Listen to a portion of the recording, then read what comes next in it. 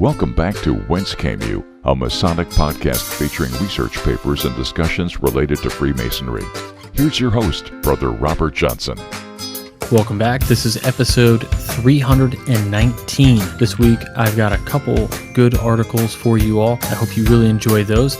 I also have illustrious brother Stephen L. Harrison, who stops by for another great segment of the Masonic Minute. In the news this week, not a whole lot going on. I did have to update some of the presentation schedule on the website, so if you head on over to wcypodcast.com, just so you guys are aware, February 9th, I'll be at Libertyville Lodge in Libertyville, Illinois. March 16th, I'll be at Shekomenko Lodge number 458, New York. I'll be doing The Lost Word. March 21st, I'll be doing a Skype presentation for Liberty Lodge in Missouri. And then I kind of start what I will call the mini tour. So April 11th, I'll be at Triandria Lodge in Ohio. April 12th, I'll be at Willoughby Chapter in Ohio. And April 13th, I should be at Port Jervis Lodge in New York before heading home.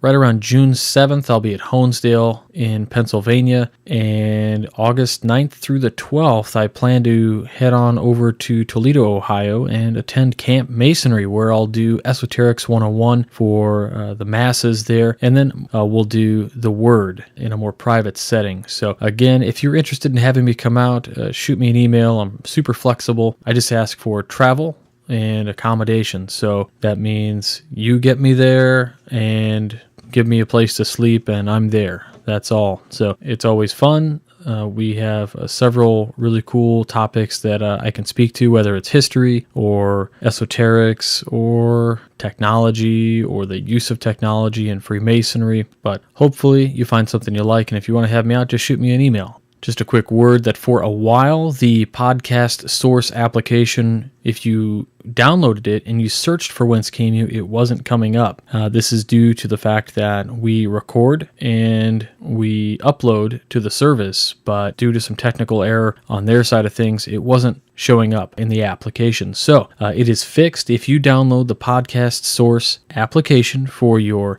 mobile device, whatever you have, it's out there. You download that. Once you have it, you then do a search in the app for Whence Came You podcast, and you'll see, and you can subscribe to our show right there. What that does is it gives you instant access to all the episodes. So this is unlike iTunes, because at iTunes it only gives us 300 episodes that it'll show. So episode 1 through 19 won't show in iTunes anymore, just 20 on up to 319. So because of that, the podcast source app is really cool. And also the other reason to download the app is, of course, you get access to a lot of extra content. So I upload into the app every week at least a Masonic wallpaper for your mobile device that I put together. Sometimes they're amazing, sometimes they're not the greatest. However, it's all free. And the other thing that we do is I try to upload some additional content. So whether that's the paper we read that week, or the issue of the whole magazine that we read, or something else, it's usually uploaded there for you. Sometimes even videos. So please check that out.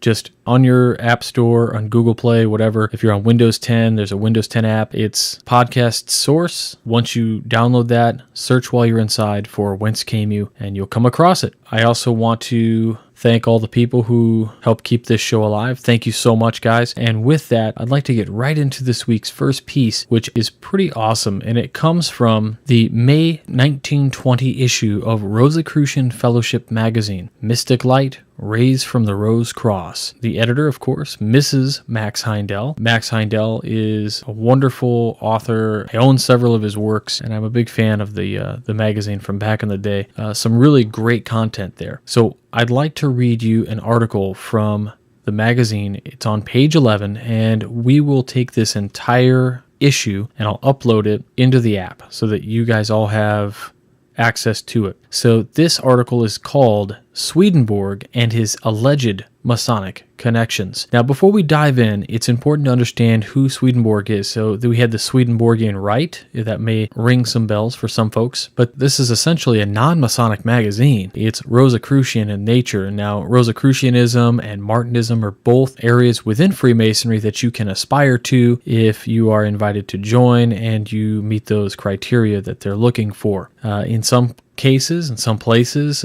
these are, I'll use the term dumbed down, and I don't mean that to be offensive, but it is dumbed down to a dinner club in some locations. However, other locations, I understand, like in Utah, the Rosicrucian side of Freemasonry there is going strong with good education, and they're doing wonderful. So without any further ado, though, I'd like to get into this Rosicrucian article about Swedenborg and his alleged Masonic connections by J.H. Among the occult writers of the 18th century, perhaps the most important is Emmanuel Swedenborg. Born in Stockholm in 1688, he graduated at the University of Uppsala at the age of 21, and in 1710 wrote an excellent ode in celebration of a great victory, beginning thus, quote, "Lulled be the dissonance of war, the crash of blood-stained arms, and let us listen now to sweetest songs of jubilee. From harp and thrilling lyre, let melodies of joy ring to the stars, and every sphere of space glow with the inspiring soul of harmony." End quote. Soon after his graduation, he began to travel in foreign countries, and was the usual custom of his day, and became known as a scientific and philosophical writer. His studies included everything under the sun, from the dead mineral in the bowels of the earth to the living organisms that inhabit the human brain. Up to the age of 55, he lived in the world as a practical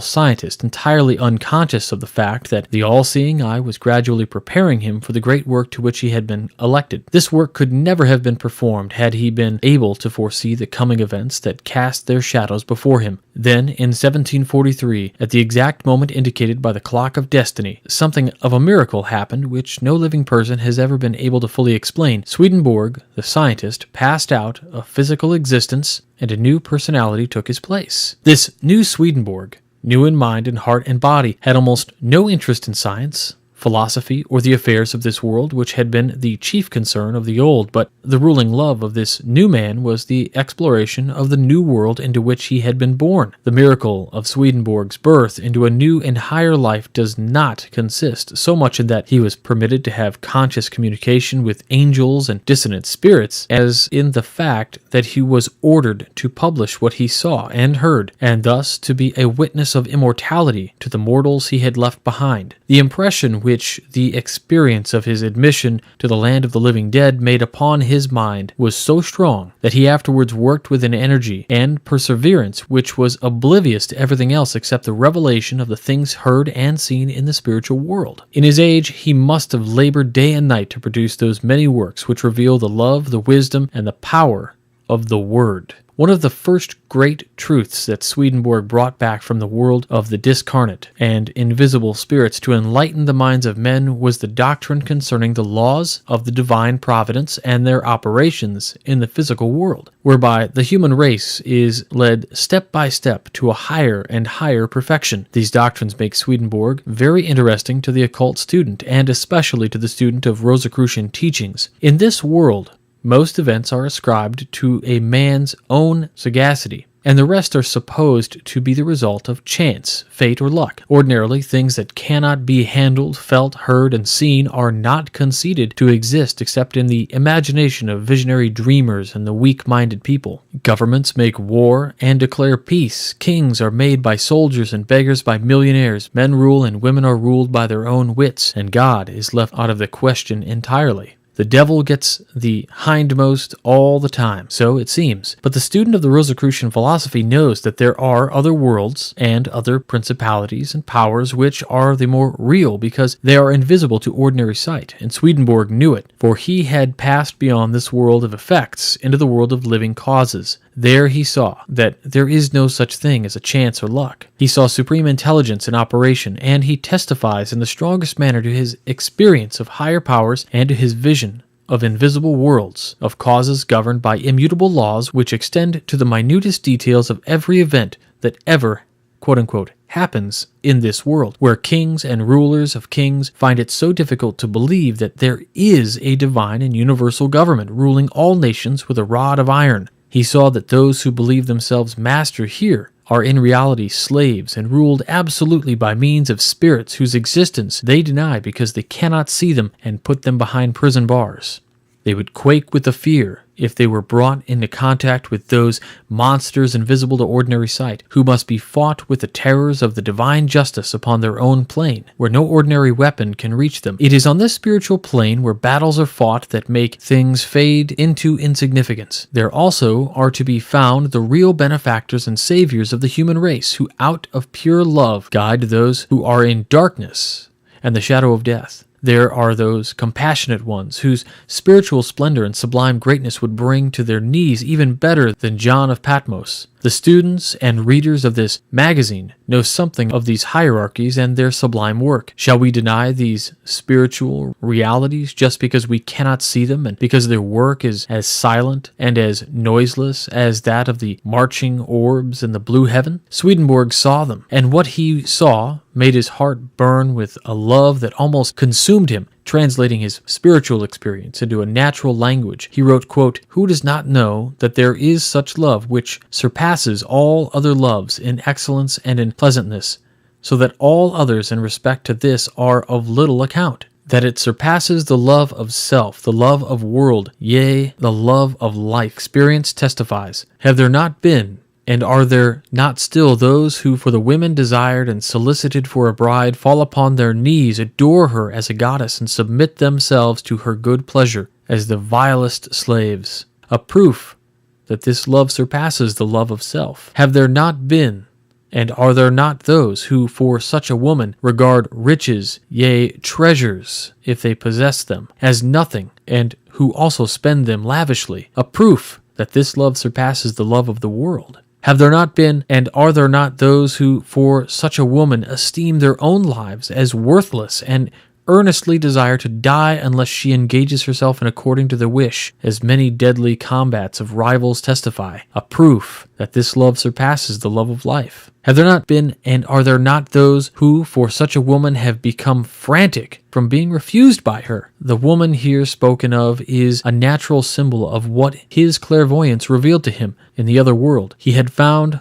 the bride, the Lamb's wife, and for the first time he knew what love is. He had prepared the golden wedding garment and had been received among the friends of the bridegroom. He had seen her clothed with the sun and with the moon under her feet. He had ceased to deny the reality of the invisible and had been convinced through the personal experience that, quote-unquote, the wisdom of this world is foolishness with God.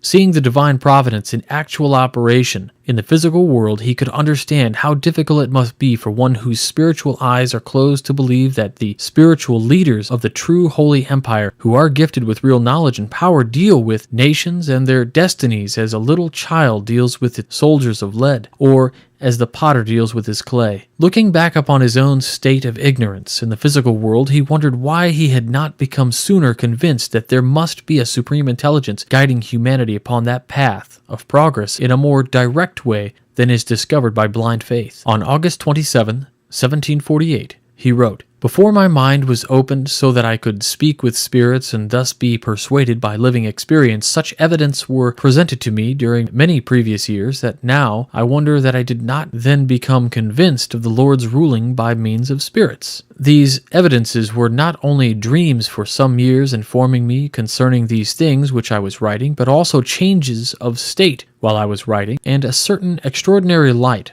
on what was written. Afterwards, I had also many visions while my eyes were closed. A light was miraculously given, and many times spirits were sensibly perceived as manifestly to the sense as bodily sensations. Afterward, also, I had infestations by various ways from evil spirits and temptations whilst I was writing such things as evil spirits were averse to, so that I was beset almost to horror. Fiery lights were seen, talking was heard in the morning time, besides many other things, until at last, when a certain spirit addressed me in a few words, I wondered greatly that he should perceive my thoughts, and afterwards wondered exceedingly when the way was opened so that I could converse with spirits. And then the spirits wondered that I should be so surprised. From these things it may be concluded how difficult it is for man to be led to believe that he is ruled by the Lord through spirits, and with what difficulty he recedes from the opinion that he lives his own life from himself without spirits. I have at one time perceived, some months after beginning to speak with spirits, that if I should be let back into my former state, I might relapse into the opinions that these things were fantasies."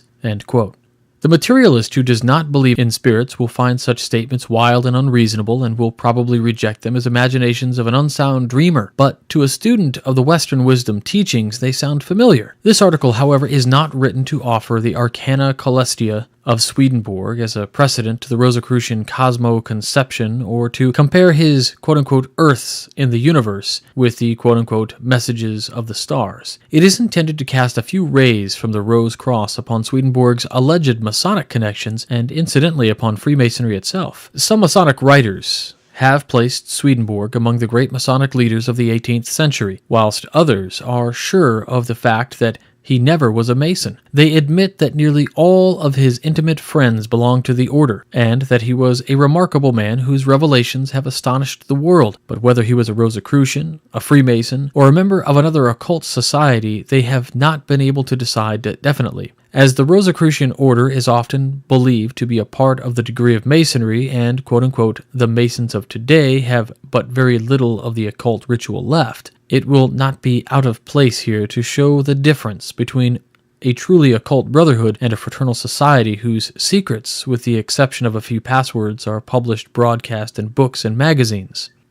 The student of occultism will find in Swedenborg a veritable mine of esoteric knowledge. Swedenborg wrote in Latin, not merely to reveal the spiritual sense of the Bible, but also to conceal anew what he revealed. He wrote many words in capital letters without any apparent reason. He wrote many memorable relations, which are memorable in more than one sense. He wrote a great work on the conjugal love and closed it with a cryptic key which turns the lock to wonders beyond wonders. This key was handed to Swedenborg by an angelic spirit with the single command, "Write!" And he did write, having been given access to a certain closed room in which is kept a parchment containing the arcana of wisdom not hitherto made known in the world. See Swedenborg's Delights of Wisdom pertaining to conjugal love, number 43.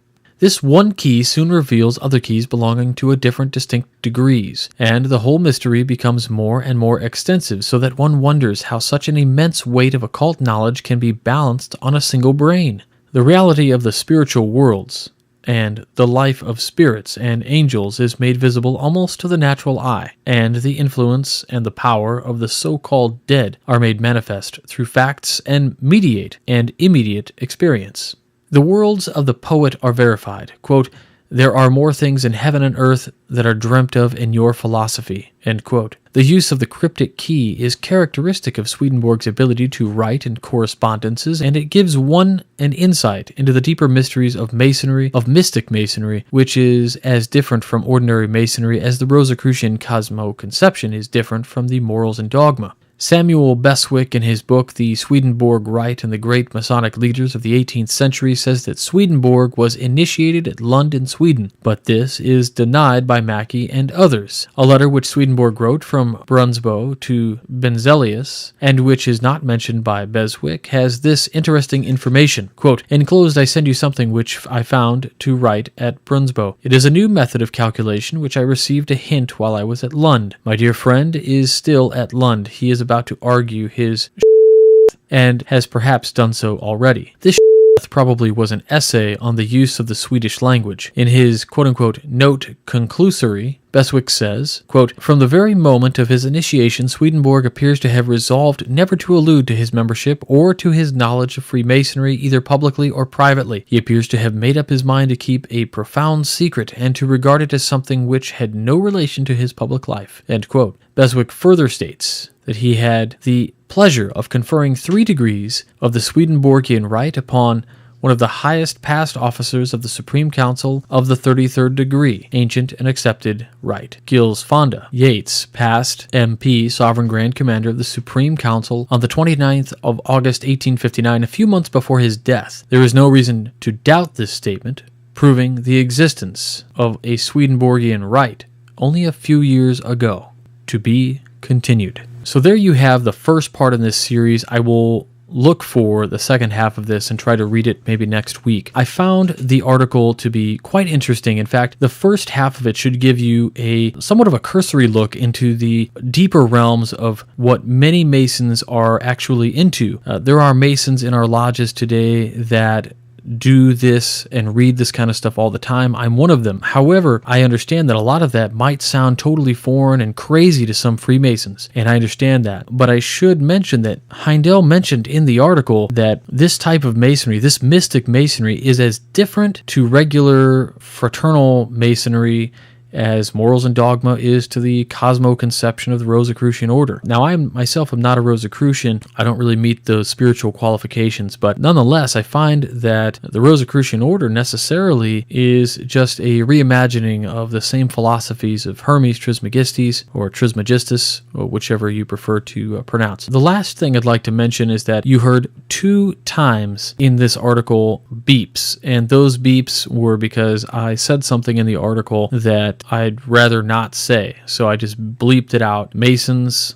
you'll know what I'm saying, likely. If not, you can write me and let me know what lodge you're from, and I'll tell you what it was. But in any case, what's fascinating there is this idea that nobody has definitively said whether Swedenborg was a Mason or not. I think it's pretty well understood today that he was a Mason, and there's an entire right based on his work. My other point that I'd like to mention in here is that there was a quote from Shakespeare, which I don't know if anybody picked it up. If you did, great, good for you. It was, "There are more things in heaven and earth that are dreamt of in your philosophy," and that is a quote from Shakespeare. In fact, that same quote is given several times in many different episodes of The Twilight Zone. I believe it was a favorite of Mr. Rod Serling. So next we'll go on to the Masonic Minute. I hope you guys enjoyed. A few years ago, while visiting the Pony Express Museum in St. Joseph, Missouri, I thought it would be a great project to research the writers, find out which ones were Masons, and write a little piece about each of them. Without going into great detail, let's just say that history is lost, not to mention the fact that most of the writers were too young to be Masons in the first place. I gave up on the article until I found out the 2 major founders of the Pony Express, William Russell and Alexander Majors, were in fact Freemasons. A third founder, William Waddell, served mainly as the financier, while brothers Russell and Majors were the hands-on forces driving the company.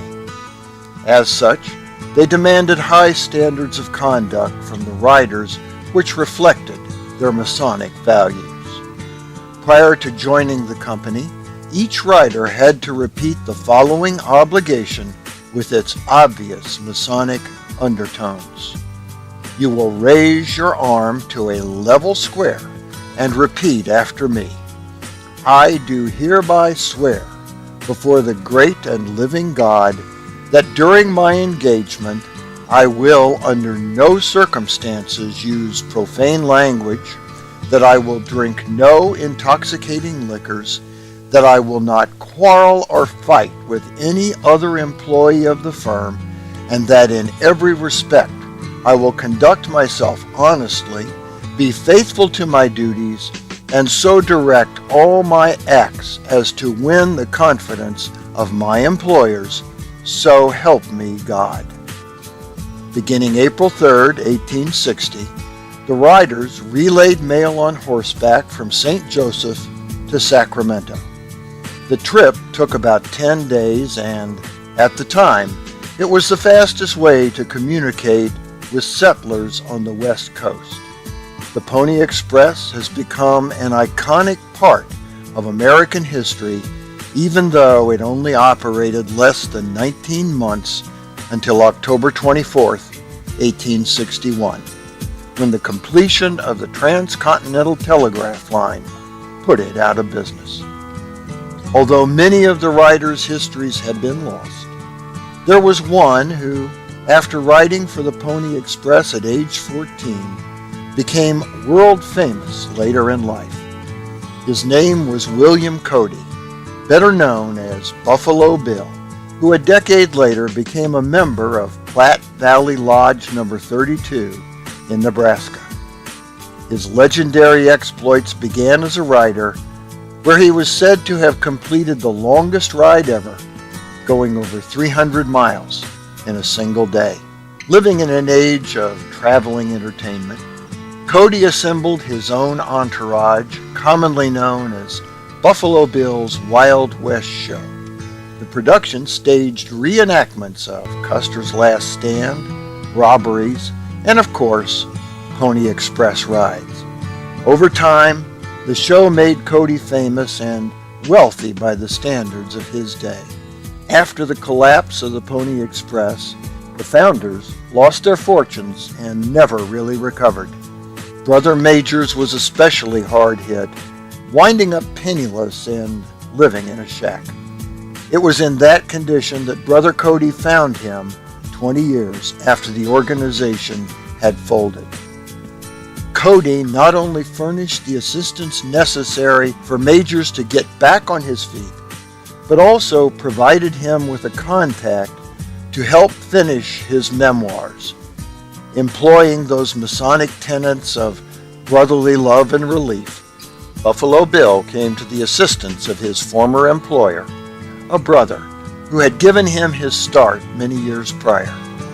As Freemasons, that's the kind of thing we do. For the Whence Came You podcast, this is Steve Harrison with the Masonic Minute. All right, as always, super huge thanks goes out to illustrious brother Stephen L. Harrison, who works so hard to bring us these amazing segments, bring us the history, bring us the stories that are always enlightening and entertaining. So thanks so much. If you guys like that, please head on over to wcypodcast.com. Click on the link for the bookstore. It's in one of those drop downs, and there's just links to the books that have been written by various people on the show, and we have links that take you back to Amazon.com, direct links to the books written by especially guys like illustrious brother Stephen L. Harrison. If you liked that kind of thing, Tales from the Craft is right up your alley. And of course, one of my favorites is Freemasonry at Oak Island. All right, I've got one more article for you this week. I hope you enjoy. So the other article I've got for you this week comes from the Heretic Magazine.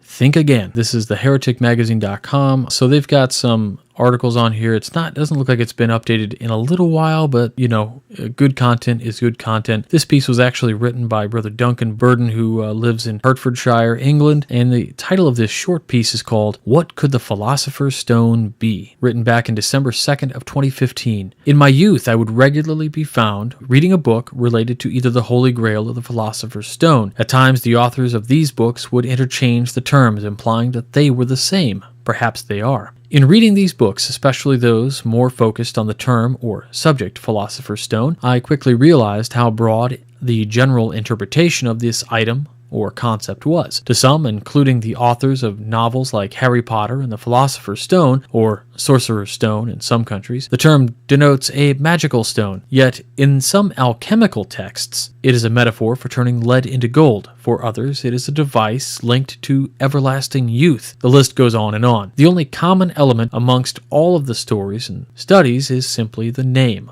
the quote-unquote Philosopher's Stone. This raises an observation. Instead of a name for this item, we actually have a term. For example, in the Star Wars films, we have the good guys, the Jedi, and the bad guys, the Sith. Both are made up words to describe a unique concept. As we watch the films being told those descriptions, we accept and recognize them, not only distinctly for the context of the plot, but also in social discussion. Yet, whatever the Philosopher's Stone is, it is not a totally unique word, but rather two words put together to create a term that is meant to represent something unique. So what is actually intended to be should logically relate to how we would review these two words, both individually and collectively. Indeed, it could be possible that it is just a creative phrase which gained popularity, that the peculiar combining of two unrelated concepts created an enigmatic expression which conveyed an enigma. Or it is possible that the key to discovering the, or a, Philosopher's Stone is actually in the words itself. For example, the first term, philosopher. This almost universally conjures the image of a scholar using logic and reason to answer the meaning of life, to creation, to the divine, while the term stone could either be seen literally as a small rock or something emotive. Thus we call someone our rock, as if they were someone we could rely on in time of need. St. Peter is considered the quote-unquote rock of the church, conveying him as a firm, solid foundation. Thus the term stone if taken in recognition of all physical matter, especially the classical sense, is seen as a metaphor of something solid,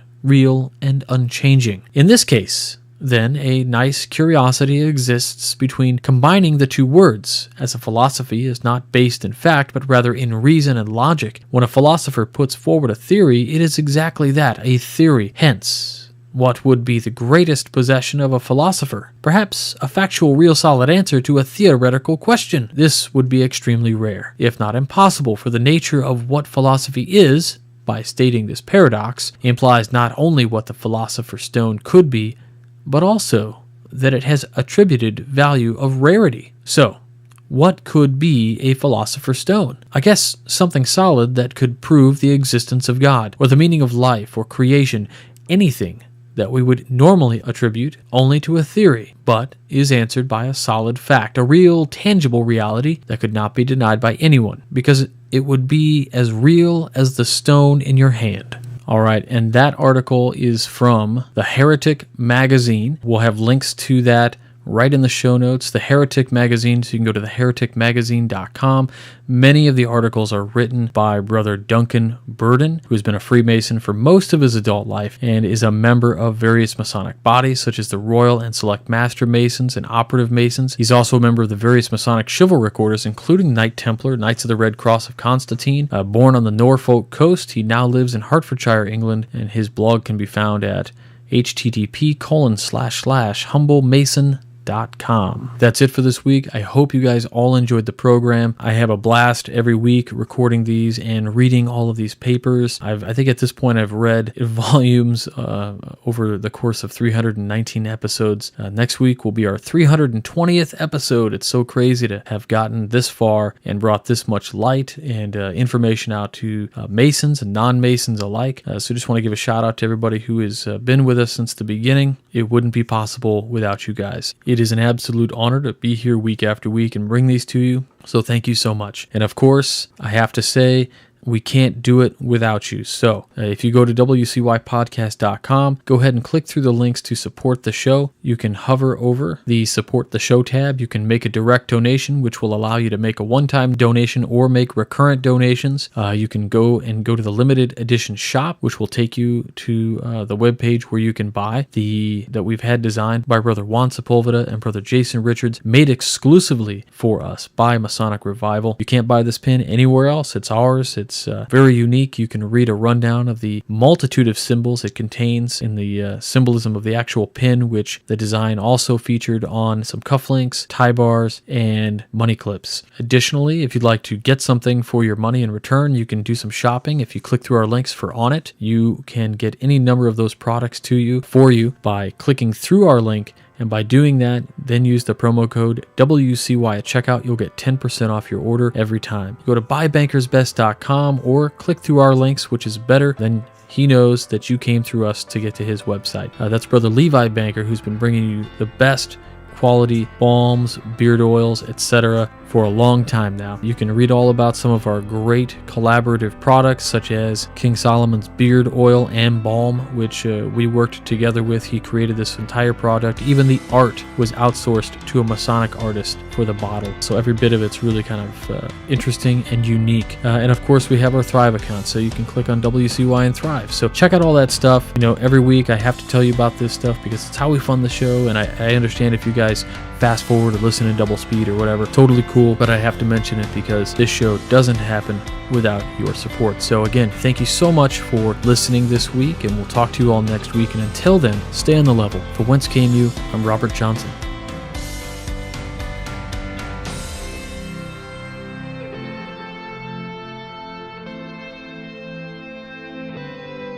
You've been listening to Whence Came You, a Masonic podcast featuring research papers and discussions related to Freemasonry with your host, Brother Robert Johnson. Be sure to join us for our next edition.